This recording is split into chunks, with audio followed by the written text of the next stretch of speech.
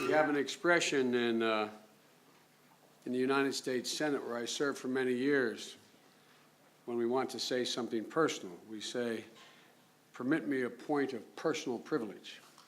I would like to introduce you to two of my family members who I brought along with me. My daughter-in-law, Kathleen Biden, and my granddaughter, Naomi Biden. Would you guys stand?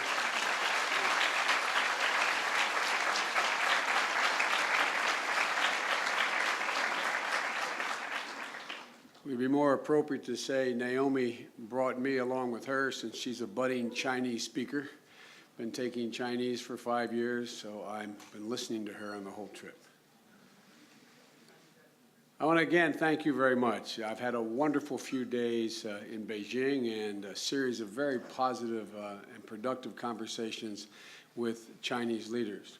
And I'm pleased to make my first visit to Western China, which has played such an incredible role in this nation's proud history, and which today is the vanguard of China's high-tech future.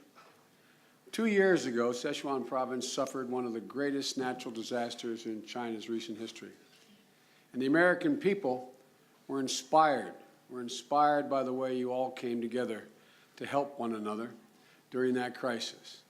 And I'm absolutely amazed as I drive around the city, and I'll be moving out into the province later after this speech. I'm amazed at how quickly you have rebuilt and you have recovered. The people of Chengdu, let me say simply that your hospitality has more than lived up to your reputation as the land of abundance. So again, thank you so very much for that hospitality. It's also great to be here on a university campus. I also want to thank our host of the university, which counts among its alumni some of the most illustrious figures in recent Chinese history, including Zhu Di and Ban Jin, both of whom are, one a literary icon, the other one of the most illustrious figures, the founding father of the Republic. I'm also pleased to be joined today by, he's already been introduced, but by our ambassador, our new ambassador, Gary Locke, whose grandfather came to the United States from Canton in the 1890s and toiled as a house servant in the United States in exchange for being able to get English language lessons. And less than two generations later, Gary Locke, his grandson, has served as the governor of his home state of Washington, the U.S. Secretary of Commerce, and the chief of mission in one of our most important diplomatic posts in the world. I share this story with you not because it's unique, but because it is uniquely American.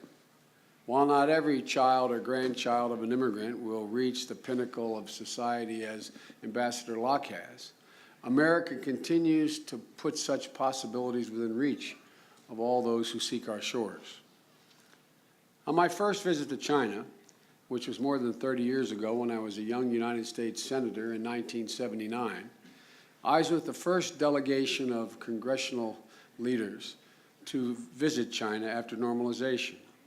And we had several days of visits with then Vice Premier Deng Xiaoping. It was a very different country then. But what was absolutely clear to me was that China was on the cusp of a remarkable transformation. Changes were just getting underway. My first introduction here in Sichuan that would begin transforming a largely agrarian society into an engine of global economic growth and help lift hundreds of millions of people out of poverty seemed to me clear at the time. That first visit came amid a debate in the United States of America, similar to the one that exists today, about how to view China's emergence. Let me be clear. Let me be clear. I believed in 1979 and said so, and I believe now that a rising China is a positive development, not only for the people of China, but for the United States and the world as a whole. A rising China will fuel economic growth and prosperity, and it will bring to the fore a new partner with whom we can meet global challenges together. When President Obama and I took office in January of 2009, we made our relationship with China a top priority. We were determined to set it on a stable and sustainable course that would benefit the citizens of both our countries. Our presidents have met 9 times since then, including very successful state visits in Beijing and Washington, and have spoken numerous times by telephone. Direct discussions between senior policymakers and the personal ties that result from such discussions, in my view, over the last 35 years of conducting foreign policy, are the keys to building cooperation. They're built on understanding. They allow us to better understand each other and allow us to define our interest in ways that are clear so that each one of us know what the other country's interests are, and to see the world through the eyes of the other, with the intention of preventing miscommunications and misconceptions that tend to fuel mistrust. With that goal in mind, we have worked very hard to develop our cooperative partnership through more than 60 separate dialogues on issues of matter to both China and to the United States, and I would suggest to the world as a whole. The premier forum is what we refer to as the Strategic and Economic Dialogue, which brings together policymakers from across both governments to discuss a range of issues from trade barriers to climate change. But we also recognized immediately on starting that the importance of more directly addressing security issues as well. That's why in May, we jointly launched the first Strategic Security Dialogue, a new channel for civilian and military leaders to discuss sensitive topics, including cyber and maritime security. That's why it's also important that our military leaders work together, get to know one another, not just our political leaders, but our military leaders, as Admiral Mullen and General Chen have begun to do in their recent exchange of meetings. The fact is, China and the United States face many of the same threats and share many of the same objectives and responsibilities. But because we sometimes view threats from different perspectives, that is, China and the United States view them from different perspectives, or favor a different way in dealing with what we perceive to be joint threats, our generals should be talking to each other alongside with our diplomats as frequently as our diplomats do. Like China, the United States has a huge stake in the prosperity and stability of Asia and the Pacific. I look forward to visiting 2 other Asian nations on this trip. When I leave China, I'll go to Mongolia and then to Japan. The United States, and I realize this occasionally causes some discomfiture, but the United States is a Pacific power and will remain a Pacific power. Over the last 60 years, no country has done more than we have to ensure the stability and security of the Asian Pacific region. And I'd respectfully suggest that it has been good for China, allowing China to focus on domestic development and to benefit from a growing market. America's focus on this critical region will only grow in the years to come, as Asia plays an even greater role in the global economy and international affairs. As President Obama said in Tokyo during his first visit to Asia as president, and I quote, "The United States of America may have started as a series of ports and cities along the Atlantic Ocean, but for generations, we have also been a nation of the Pacific. Asia and the United States are not separated by this great ocean. We are bound by it." That's why we've begun this dialogue, this Asian-Pacific dialogue on issues to expand cooperation in the region where we both live and operate. Let me give you another example of our security cooperation. The United States and China are also working on with international partners to counter the threat posed by the spread of nuclear weapons, materials, and technology, so-called non-proliferation.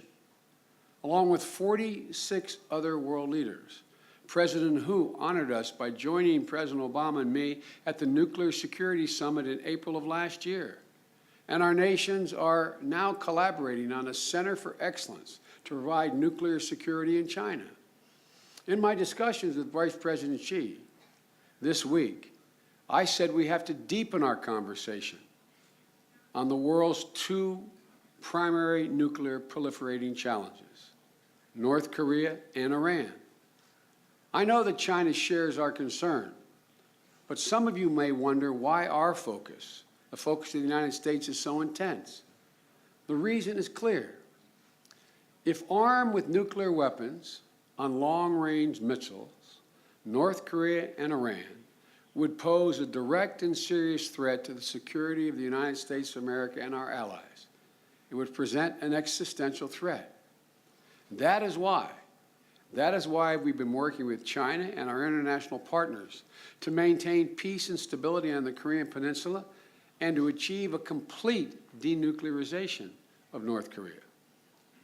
And it is why, as the Iranian government continues its illicit nuclear program, we have worked with a range of partners and international institutions to enact the toughest sanctions that Iran has ever faced. And without vigilant implementation of these sanctions, Iran will evade the consequences of the actions, and diplomacy will not be effective in stopping their nuclear program. So we will continue to look to China to send a clear message to Iranian leaders through its words and its deeds that Iran, must live up to their international obligations. There are many other security challenges the United States and China share, from Afghanistan to Pakistan to the Sudan. And we have been and will continue to discuss our mutual interests and concerns, continuing to develop our security dialogue and cooperation is the surest way to meet these joint challenges. Economic issues, to state the obvious, have been of particular focus of our nation's growing cooperation.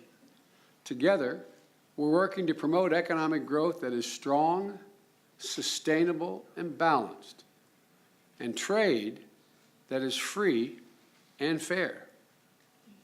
Trade and investment between our countries are growing rapidly in both countries, in both directions, creating jobs and economic opportunities in both countries. We often hear about Chinese exports to the United States, but last year, American companies in America exported $110 billion worth of goods and services to China, supporting hundreds of thousands of jobs in America. The American people and the Chinese people, I hope, are becoming aware that it's in our mutual interest in each of our countries to promote that exchange. A more prosperous China will mean more demand for American-made goods and services and more jobs back home in the United States of America. So our desire for your prosperity is not born out of some nobility. It is in our self-interest that China continue to prosper. Every day it becomes clear that as the world's two largest economies with ever-growing ties of investment and commerce, what you do matters to us and matters to the American people, and what we do matters to you and to the people of China. To state it bluntly, we have a stake in one another's success. Just as putting America's fiscal policy on a long-term sustainable path is important not only to the United States, but to China, to China's economy, shifting China economy, which the 12th five-year plan calls for, to rely more heavily on consumer demand in China is not only important to China, but it's important to the United States of America. As Chinese leaders have told me, this five-year plan will require them to take a number of steps, including continuing their effort to move toward a more flexible exchange rate. It's in China's interest, but it's also overwhelmingly in the interest of the United States. In this time of uncertainty in the global economy, it is all the more important that we take the difficult but necessary steps together and, along with our G20 partners, continue to sustain a global recovery and create jobs and prosperity. We're the two biggest engines in the world to be able to do that. As I said in May, when I opened the annual Strategic and Economic Dialogue in Washington, I said, quote, "For many of the world's most pressing challenges, it is a simple fact that when the United States and China are not at the table, the solution to the problem is less possible." But even as we cooperate, the United States and China also will compete, and competition is healthy. We will compete in global politics and global economics, and also, it is a feature of global politics and economics. It's also a feature of human nature to observe others, to consider how they measure up, to strive to be the best. That's good for both of us. Genuine competition pushes our companies and our people to perform better. And we should reject the misplaced notion of the zero-sum game in which everything one nation achieves somehow comes at the expense of the other. It is the opposite. So make no mistake, America not only welcomes this healthy competition, competition is stitched into the very fabric of our society and our economic system. And while I may be a little biased, I have overwhelming confidence in the capability of the American people to compete on a level playing field with any nation and any peoples in the world. But for this competition to benefit us both, it must take place on a level playing field, with rules that are clear and treat all countries fairly and equally. While the United States and China are working hard to get this right, we still face obstacles of doing business in each other's countries. That's why I acknowledge on this trip the United States should undertake to make it easier for Chinese business people to obtain visas to travel to the United States. It takes much too long for that to happen. That's not in our interest. And why we're in the midst, also it's the reason why President, once he took office, ordered, for the first time in decades, we're in the midst of a total reform of our export control system. Already, we have made thousands of new items available for export to China for exclusive civilian use that were not available before, some of which require a license while others don't, and tens of thousands of more items will become available very soon. That's a significant change in our export policy and a rejection of those voices in America that say we should not export that kind of technology for civilian use in China. We disagree, and we're changing. But it's also why we are troubled when American investors are prohibited from having wholly owned, fully owned subsidiaries of their own company in many sectors in China, and excluded from sectors, entirely excluded from competing in other sectors. Restrictions that no other major economy in the world imposes on us or anyone else so broadly. And that's why we have pushed Chinese officials to protect intellectual property rights. We have welcomed the Chinese State Council's recent campaign to enforce intellectual property rights, a commitment that President Hu made when he visited and he's keeping. But the effort must be strengthened and extended. According to the International Trade Commission, American companies lose $48 billion a year and tens of thousands of jobs because of pirated goods and services. These protections, intellectual property protections, not only benefit the United States and United States workers, United States companies, but I would argue Chinese companies as well, as they increasingly seek to safeguard their own creations. You're here at this great university. It's very much in your interest that intellectual property be protected, because some of you are the future artists, the future entertainers, the future innovators who will want to be able to have a market for what you do. But if it can be acquired cheaply and pirated, why would anybody pay you for the same service? America's focus on global security, free trade, and economic fairness is long-standing. Since the end of World War II, we've helped build an international system that promotes peace and stability, gives all states the opportunity to share in global prosperity, and provides rules to protect basic human rights of all citizens. China's tremendous progress, in my view, can be attributed to the industriousess and talent of the Chinese people, as well as its leadership. But it was made possible, I'd respectfully suggest, by an international architecture that promoted stability and prosperity and enables upward mobility for all countries.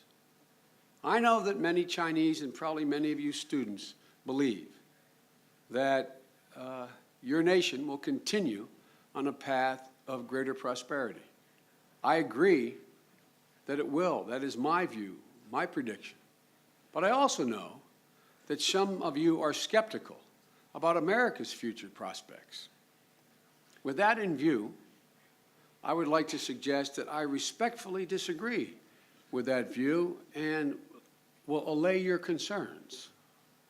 Let me put this in perspective so you can understand why the American people are also confident about their future. America today is by far the world's largest economy, with a GDP of almost $15 trillion, about 2.5 times as large as China's, the second largest, with a per capita GDP which is more than $47,000, 11 times that of China's.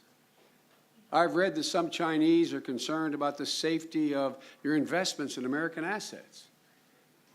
Please understand, no one cares more about this than we do, since Americans own 87% of all our financial assets and 69% of all our treasury bonds, while China owns 1% of our financial assets and 8% of our treasury bills, respectively.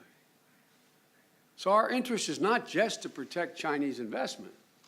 We have an overarching interest in protecting the investment, while the United States has never defaulted and never will default. I also have confidence in the fundamentals of our economy. Vice President Xi said it best, I think, when he told a group of Chinese and American business leaders with whom we met the day before yesterday, and I quote him, he said, "The U.S. economy is highly resilient and has a strong capacity to repair itself." He is right. I believe America is even better equipped to compete in the economy of the future than it was in the economy of the past. In the 20th century, the wealth of a nation was primarily measured by the abundance of its natural resources, the expanse of its landmass, the size of its population, and the potency of its army. But I believe in the 21st century, the true wealth of a nation will be found in the creative minds of its people and their ability to innovate, to develop the technologies that will not only spawn new products, but create and awaken entire new industries. The United States is hardwired for innovation. It's part of our DNA from our earliest days. It has enabled generation after generation of Americans to give life to world-changing ideas, from the cotton gin to the airplane to the microchip to the internet to the world's leading companies like General Electric, Ford, Microsoft, and Google, and I could go on and on. These accomplishments were made possibly not because there's anything unique about an American. It's hard to define what an American is. Shortly, 50% of the American population, less than 50%, will be of European stock. So we are an incredibly heterogeneous nation. That's part of our strength. That's part of the boundless capacity of the American people. But it's also because of the enduring strength of our political and economic system and the way we educate our children. A system that welcomes immigrants from across the globe who enrich our national fabric and revitalize our diverse, multi-ethnic society. And I would point out, we are still the destination where most people in the world seek to come. People usually don't seek to come to a nation in decline. A system that trains students not merely to learn and accept established orthodoxy, but to challenge orthodoxy, challenge their professors, challenge the ideas put forward to them, encourage individual thought and innovation. A system that not only tolerates free expression and vigorous debate, including between citizens and their government, but celebrates and promotes those exchanges. A system in which the rule of law protects private property, provides a predictable investment climate, and ensures accountability for the poor and wealthy alike. A system with the universities that remain, notwithstanding, and this is a great university, the ultimate destination from scholars from around the world. More than 130 students from China attended our universities last year. We're hoping that number will even be larger. China has followed a very different economic and political path to prosperity, enhancing some aspects of a free market system while resisting political openness and maintaining the state's deep involvement in economic affairs. That's a decision for you to make. Maybe the biggest difference in our respective approaches are our approach to what we refer to as human rights. I recognize that many of you in this auditorium see our advocacy of human rights as, at best, an intrusion, and at worst, an assault on your sovereignty. I want to tell you directly that this is not our intention. Yes, for Americans, there is a significant moral component to our advocacy, and we've observed where we have failed as well. But it is who our people are. But as President Obama and I see protecting human rights and freedoms, we see it in a larger context as well. Protecting freedoms such as those enshrined in China's international commitments and in China's own constitution. We see them as a key aspect of China's successful emergence and a key to their continued growth and prosperity. I know that some in China believe that greater freedom could threaten economic progress by undermining social stability. I do not pretend to have the answers, but I believe history has shown the opposite to be true, that in the long run, greater openness is a source of stability and a sign of strength, that prosperity peaks when governments foster both free enterprise and free exchange of ideas, that liberty unlocks a people's full potential, and in its absence, unrest festers. Openness, free exchange of ideas, free enterprise, and liberty are among the reasons why the United States, in my view, is at this moment the wealthiest nation in the history of the world. Why our workers are among the most productive. Why our inventors and entrepreneurs hold more patents than any other country in the world. Why we are reinvesting in the fundamental sources of our strength, education, infrastructure, innovation. And why President Obama and I are so confident that America will weather the current economic storm and emerge even stronger, just as we always had in past economic crises. And why there's no reason why China cannot tap into the same source of strength. Going forward together, it's going to have a lot of growing pains. As I said at the outset, In just over 30 years since I first came to China, your progress has been nothing short of incredible. I can see that here in Chengdu, the city that is leading the effort to become a major player in the innovation economy, you can feel it. You can see it in the eyes of some of you students.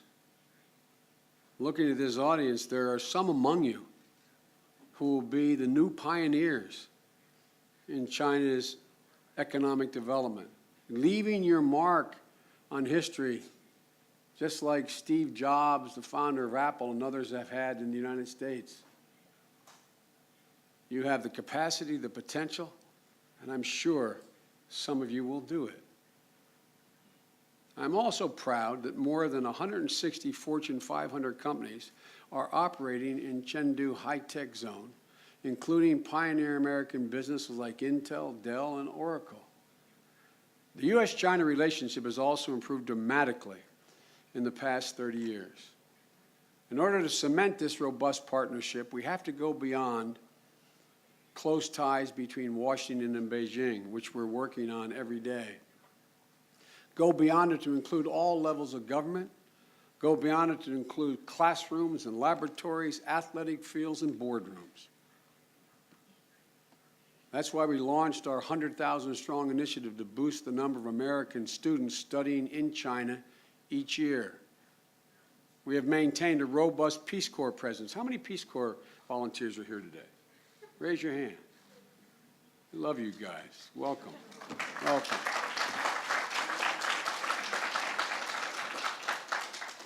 Last year, over 800,000 Chinese and 2 million Americans traveled between our countries to live, work, study, and explore new places. On a personal note, I've seen the value of these exchanges through the experiences of my niece, a young woman who learned Mandarin at Harvard and spent a year in Beijing refining her language skills and ultimately worked at our Treasury Department on U.S.-China relations. There are tens of thousands of you like her who are going to be the key to cement this relationship, deal with misconceptions, and inform the relative societies about the motivations and operations of each of our countries. These ties among our people are the lifeblood of our emerging partnership. The bottom line is this: as great nations and as global actors, the United States and China face many of the same challenges and share many of the same responsibilities. And the more we can work together, the more our people will benefit, and as I said before, it sounds chauvinistic, but the more the world will benefit as a consequence of our cooperation. President Obama and I will continue the important work of making this partnership even more positive, cooperative, and comprehensive in the coming years. And I hope that my visit can serve as a step toward these goals and toward strengthening that bond. So I thank you all for the honor of being here. More importantly, I thank you for taking the time to listen. And with the permission of your president, they tell me I don't have any time, but I never like to leave a university without at least taking a few questions. So I hope it's permissible for me to be able to take a few questions from the audience. Is that permissible, Mr. President? Oh, is that okay? All right. Thank you.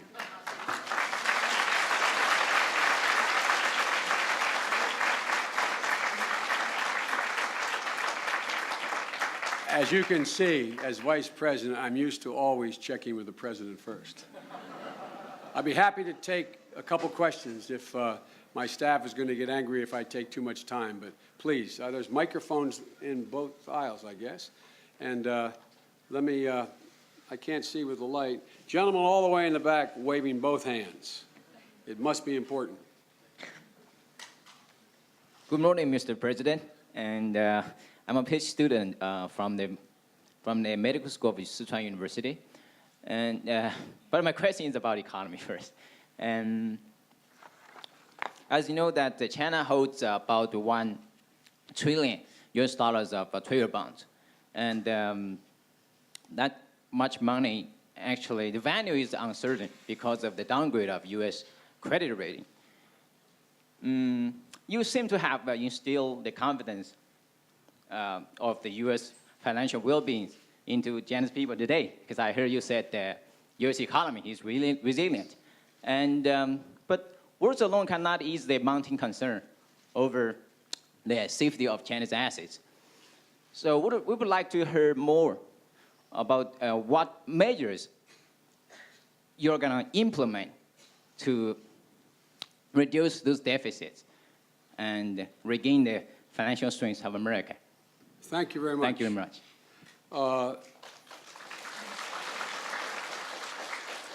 It's a fair and good question. One of the multiple rating agencies reduced our rating from AAA to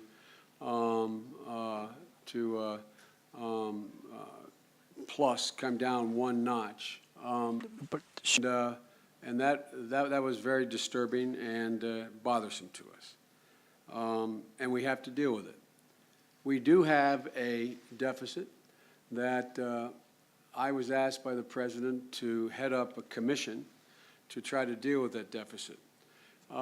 And we made some significant progress, but not the progress we could have made and will make. The bottom line is we have to deal with two elements of our economy. One is what we call entitlement programs, long-term commitments to our people in the area of particularly Medicare. That is the safety net we have for people once they reach the age of 65 to be able to be assured that they have health care. And it is not sustainable without some changes, in large part because we had what we call a baby boom, which doesn't sound like much to the Chinese. 40 million people is not a big deal, I know, but adding 40 million people to those who will benefit from the Medicare payments, is put the program in a position where changes have to be made.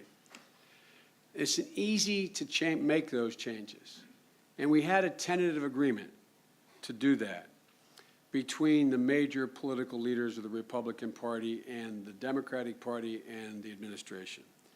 But there is a group within the Republican Party that is a very strong voice now that wanted different changes. And so that deal fell through at the very end.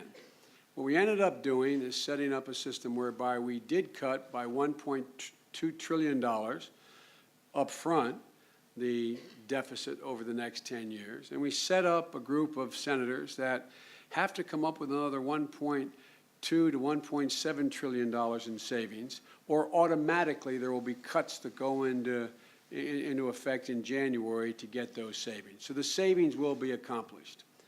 But as I was talking with some of your leaders, you share a similar concern here in China. You have no safety net. Your policy has been one which I fully understand, I'm not second-guessing, of one child per family. The result being that you're in a position where one wage earner will be taking care of 4 retired people. Not sustainable. So hopefully we can act in a way in a problem that's much less severe than yours, and maybe we can learn together from how we can do that.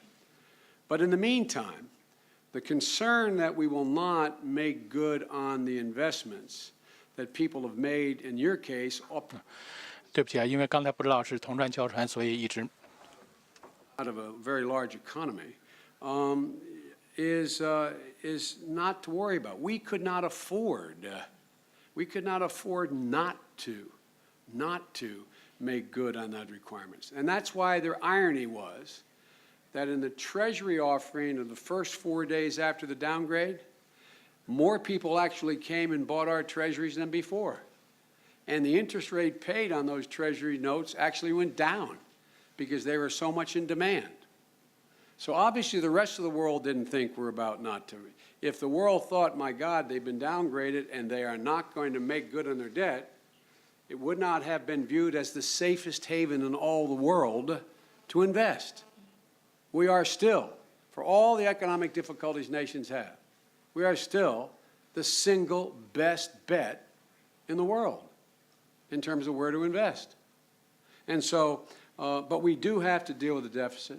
We will deal with it, and that's what this 2012 election is going to be about. The American people are going to speak on that. And look, one last point. Both our countries are going through a political transition in 2012. And it's very important, in my view, that we both are aware of the political sensitivities in each of the countries as they go through that. But I'm confident we will come out stronger, as will you. But I don't in any way suggest, please don't have the press read that Biden said that $1.7 trillion investment in the United States is not a big deal. It is a big deal if you are Chinese. It is not a big deal in terms of our financial instruments. It is a very small part. And so the Chinese people should take solace. In order for us not to make good on China's debt, we would have to disappoint tens of millions of Americans who own 85% of that debt. And just in pure political terms, no politician wants to do that. You're safe.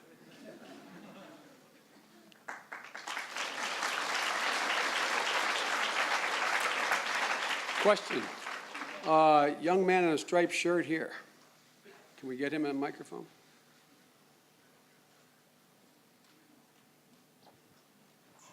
Thank you. 谢谢副总统阁下。 I see you not just as the vice president, but a veteran and accomplished public speaker. And Do I look that old? I Thank you mean, for not answering. experienced. So, as is known to all, public speaking, and English public speaking in particular, is getting all the more popular in China. So, my question is twofold. First of all, what role has public speaking played in your life? Because we say that public speaking is a language of leadership.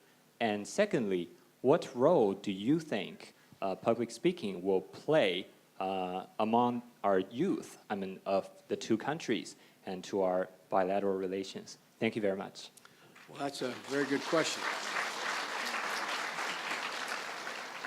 Let me order my thoughts here to make this as brief as I can. A commodity that is worth a lot more than public speaking is sincerity when one speaks. I mean this sincerely now. There are great orators that have come along in the world history who have been charlatans. So the most important thing to look to in a leader's speech is not the elegance or the rhetorical flourish of his or her comments, but the judgment of whether or not you believe they are sincere in what they're saying. Secondly, you compliment me by saying I'm an accomplished public speaker. I don't know whether you've had an opportunity to see a movie that has gotten worldwide circulation called The King's Speech. Well, but for the royal blood and the money, that could have been me. I was a serious stutterer when I was in school, as a child, as a high school student, and even into college. And I practiced very, very hard by myself, standing in front of a mirror, trying to enunciate without contorting my face. When you think about it, whether it's China or America, the only impediment people feel free to make fun of and humor of is a stutterer. If I had a deformed face, you would not make fun of my face. But if I stood before you and talked to you like that, you do what you're now. You're smiling. And it's offensive. It's offensive. Because it is a serious impediment. When one stutters, People believe they are stupid. People believe they are not worth much. And there's tens of millions of people around the world trapped with a keen mind and a big heart, trapped inside of a body that cannot articulate what they feel. And the reason I bother to mention that to you is to get to the third and most important point.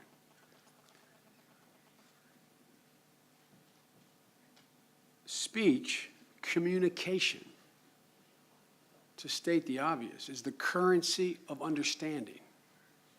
It's the currency with which we exchange ideas. It's the stuff from which flows the sense of whether one is being truthful or honest or sincere. We judge from the way people speak whether they're being transparent and open, whether they're being cramped and cabined. And so, the thing that I'm most embarrassed about in my career of 38 years of having an opportunity to literally meet every major world leader in the last 38 years. I was elected as a 29-year-old young man from modest means. And I've had that opportunity. The thing that always embarrasses me is, and I'm in the back of my head, I'm embarrassed in front of you. I'm embarrassed I can't speak to you in Chinese. Seriously, I would rather be able to honor you and show my respect for you by speaking your language, as you honor me by speaking mine. And so, language, the ability not only to master, the ability to put your ideas into words succinctly on a platform, to communicate ideas to your own people, it is even more impressive when you have the capacity to do that and communicate your ideas, especially as future business and political and moral leaders in the world, in the language of the people to whom you're speaking.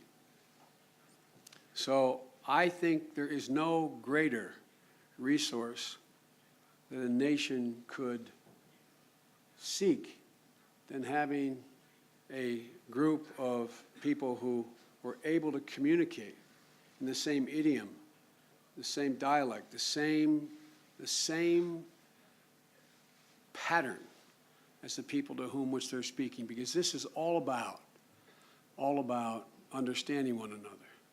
Let me conclude by saying this. My father was a high school educated man.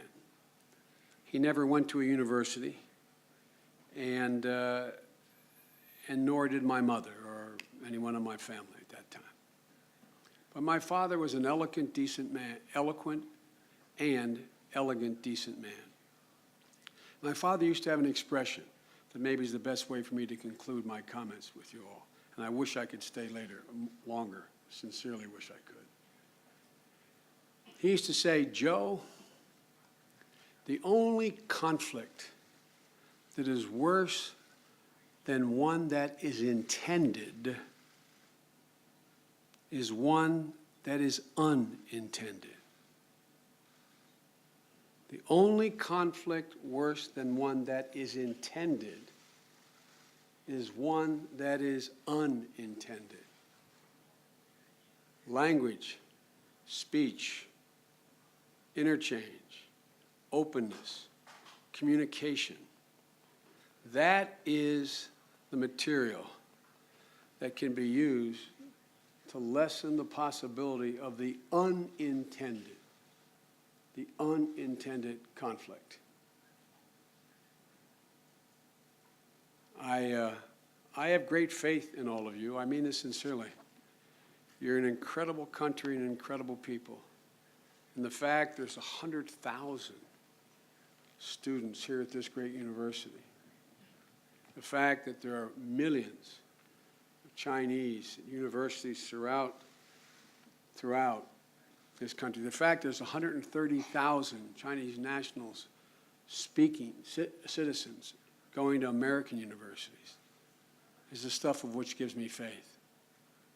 believe in yourselves. Believe in yourselves. You have the capacity to do anything anyone in the world has ever done.